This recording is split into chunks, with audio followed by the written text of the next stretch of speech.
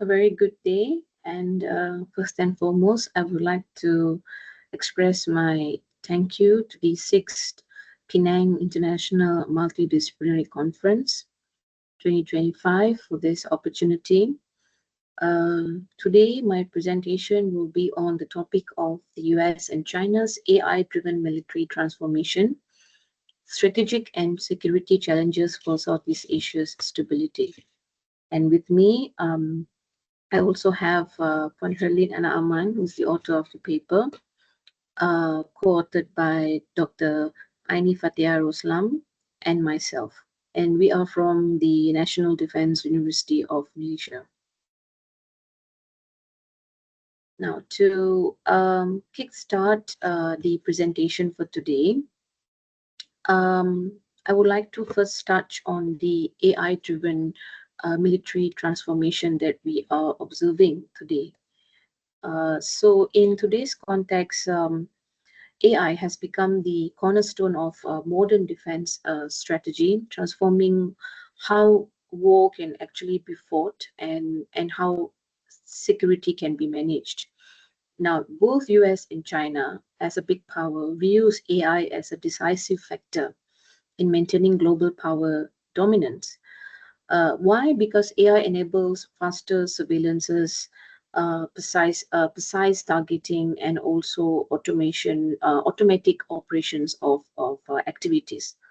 Now, what scholars call this is as algorithmic warfare.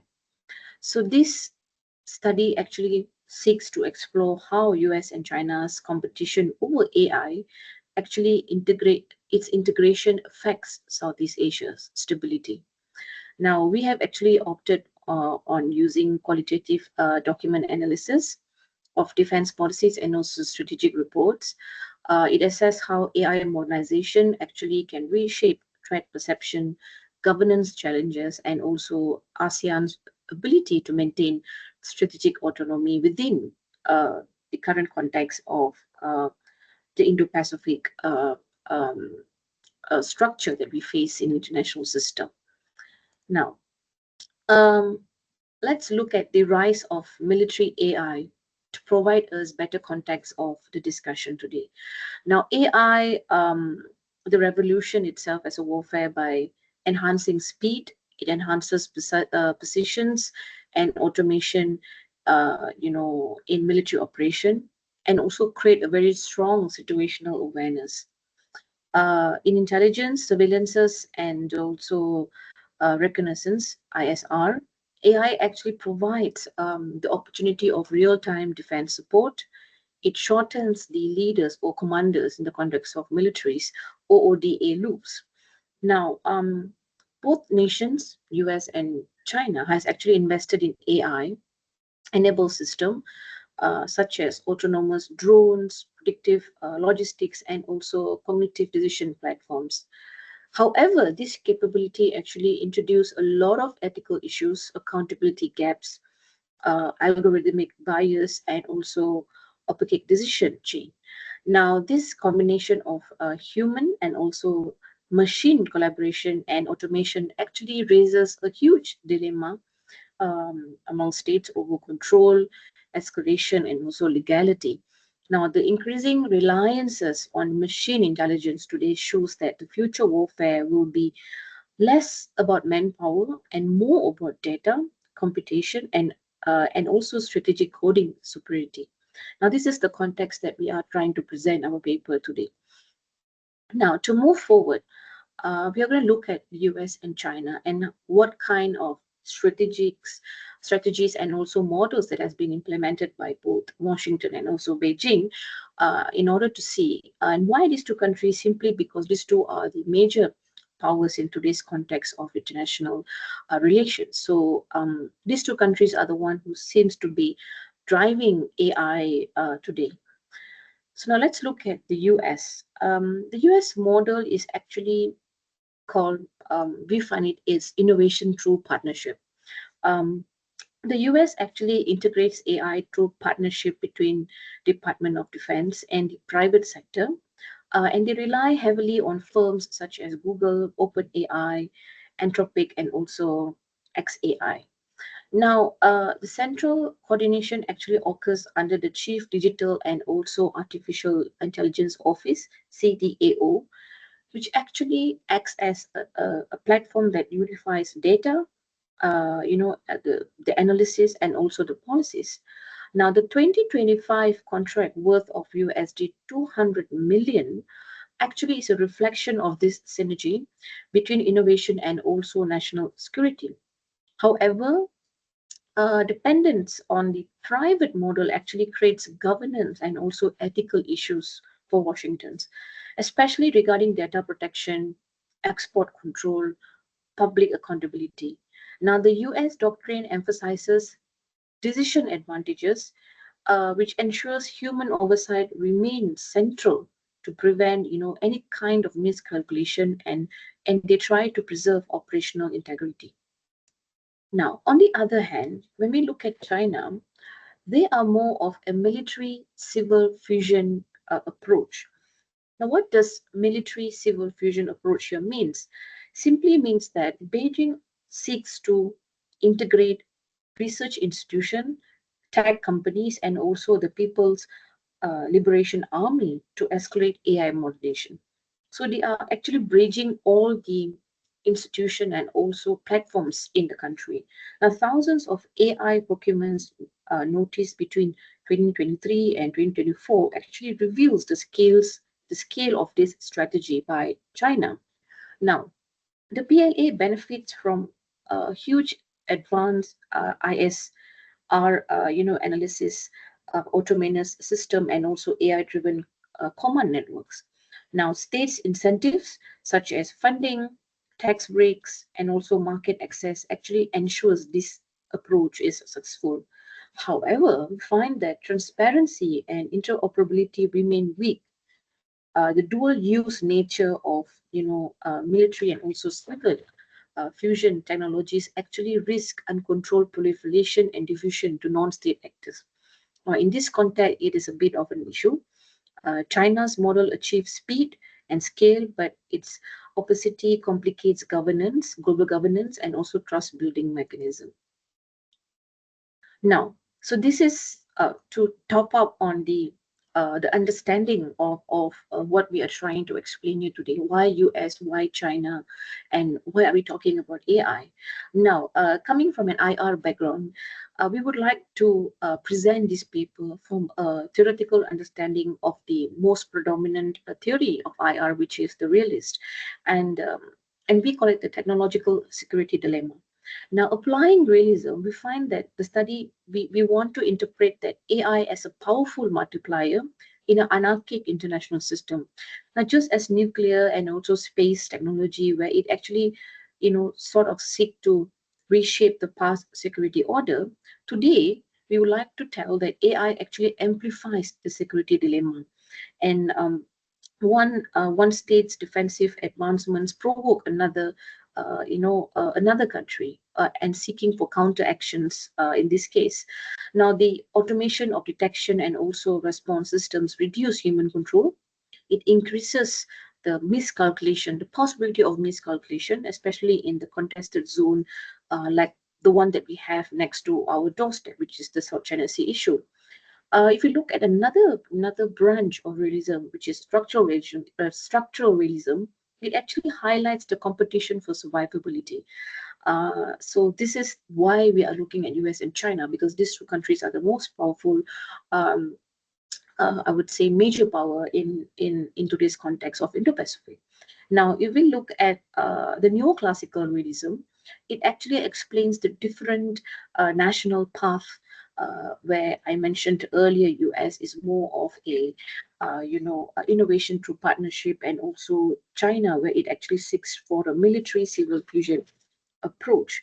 So this is from a neoclassical realism. So we have actually used the realist framework to really understand the dynamics of AI competition and AI-driven competition between US and China. Now, let's move on to the a summary of comparative risk profiles that we find between US and China. Now, in aspect of governance, we find that the Americans have embedded a very strong ethical oversight, but there's a lot of bureaucratic struggles that they face. However, China is a very centralized structure. The country itself is very centralized and very structured. These are the differences in terms of governance. In terms of innovation source, we find that Washington focuses a lot on private technology sector. However, China is very much of a state-driven military civil fusion system. In terms of speed, US has high speed but very fragmented, and this is different from Beijing, which is much more coordinated and rapid. And the risk that we find is that the US has over reliances on private models. However, China, as much it has seek to adopt different engaging all levels of society and also platforms in the country. It has a very low transparency, and this is simply because of the dual use of division of military and also civil uh, in the country. Now, let's move on to the regional implication and also responses. Now, the implication for Southeast Asia, we understand, and I think it's well known to everybody that Southeast Asia is actually between the whole structure of Indo-Pacific, right at the crossroad of Indo-Pacific. Now, it makes the region more stressful in the sense that making it the epicenter of AI-driven strategic competition between the US and China. Now, AI integration transforms maritime surveillances, ISR networks, and also operational readiness. The US joint all domain command and control system actually enhances regional monitoring, while China's PLA's navy actually expands its system through autonomous surface vessels and also AI enhanced satellites. Now, this action reaction dynamics actually intensifies the regional militarization. Now, we find that ASEAN now face a huge dilemma whether to modernize its technology or to maintain um, neutrality in this case. A misstep will actually risk the entanglement or great power rivalry between the US and China. And while inaction also could actually expose the region to technological inferiority and also strategic vulnerabilities. Um, Furthermore, we also find that beyond the battlefield of AI competition, we also face cyberspace issue today. China's digital Silk Road investment in Southeast Asia, 5G data center, and also smart surveillances, increasing connectivity also create dependency for the region. Now, US try to counter this with something we call as Clean Network Initiative, and which aims at ensuring secure data flow. Now, together, this effort actually produce a cyber proliferation or polarization that threatens ASEAN's digital neutrality. Now, the states in the region actually faces a growing pressure to choose between digital ecosystem to jeopardize its sovereignty. So they are actually in the midst of a security dilemma. And we know that weak cyber security frameworks will actually leave the region vulnerable to all kind of data manipulation, which is pretty dangerous into this context of AI-driven world. So the challenges is to balance technological adoption with data protection and long-term regional cyber resilience. So this is the risk that the region actually faces. Now, looking at this, what kind of strategic approach that the region can actually take? Now, we find that ASEAN has taken a lot of steps to actually address its implication of AI in defense and security through existing platforms such as the ARIF, ADMM, and also ASEAN Cyber Security Cooperation Strategy. Now, this mechanism actually encourages dialogue, trust building, and also limited cooperation among member states on emerging technologies. Now, several governments, including Malaysia and Indonesia, have actually proposed the development of ASEAN guiding principles on AI governance and military ethics, which actually emphasizes on transparency, accountability, and also uh, and respect to international law. Singapore, on the other hand, has actually advocate for strong confidence building measures, including communication protocols to prevent misinterpretation of AI-enabled military actions. However, we find that ASEAN consensus-based ASEAN will often slow down the collective decision making, especially given the uneven technological capability among the members. Countries such as Singapore and Vietnam has invested in digital defense infrastructure, while others like Laos and Cambodia actually has very limited or very underdeveloped technological readiness. Now, this disparity actually creates an interoperability gap that limits ASEAN's ability to respond cohesively to AI-related security challenges. Moreover, the absence of dedicated regional framework for AI governance actually leaves the member states vulnerable to technological dependency and also strategic manipulation by major powers. Now, to overcome this limitation, I think ASEAN must strengthen its institutional capacity, invest in technological literacy, and also we have to sort of institutionalize AI governance standards that preserves neutrality and at the same time enhance our collective resilience. Um, so, as a conclusion of our presentation, the US and China rivalry in AI military transformation actually represents both an opportunity and also disadvantages for the region. Now, the contest is not just about technological, it is ideological, it is pitting openness and also ethics against sovereignty and control. Now, this is very important for us to remember. So, for ASEAN, survivability depends on balancing innovation with responsible governance. It has to strengthen dialogues, ethical research partnership, and also CBMs, which I think can mitigate risk of escalation of being exploited in the context of AI. So Southeast Asia must actually lead in shaping transparent AI norms to preserve regional stability. Ultimately, ASEAN's future security will depend on its capacity to engage both superpowers constructively and at the same time harness AI because we can't run away from AI, okay? And that is for peace rather than allowing it to become a catalyst for regional conflict.